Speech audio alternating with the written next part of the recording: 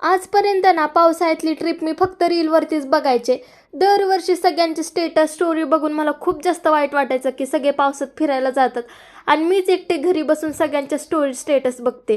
पण यावेळेस first time मी पावसाळ्यात फिरायला गेलेले, ते पण फॅमिलीसोबत. आणि खरं सांगते, हा माझ्या आयुष्यातला बेस्ट एक्सपिरियन्स होता. म्हणजे पावसात फिरण्यासाठी लोक एवढी येड्यासारखे का करतात ते मला आज समजलं. तिथं खूप जास्त पाऊस होता, त्यामुळे आम्ही रेनकोट घालून फिरत होतो आणि ही छोटी छोटी माकडंसुद्धा खूप क्यूट दिसत होती आणि आमच्यासोबत फिरत होती. पावसामध्ये फिरायला एवढी जास्त मजा आलेली ना, सगळेजण खूप जास्त एन्जॉय करत होते. आणि अजून एक गोष्ट तुम्हाला सांगू का, हे छोटे छोटे धबधबे सुद्धा मी माझ्या आयुष्यात पहिल्यांदाच बघितले.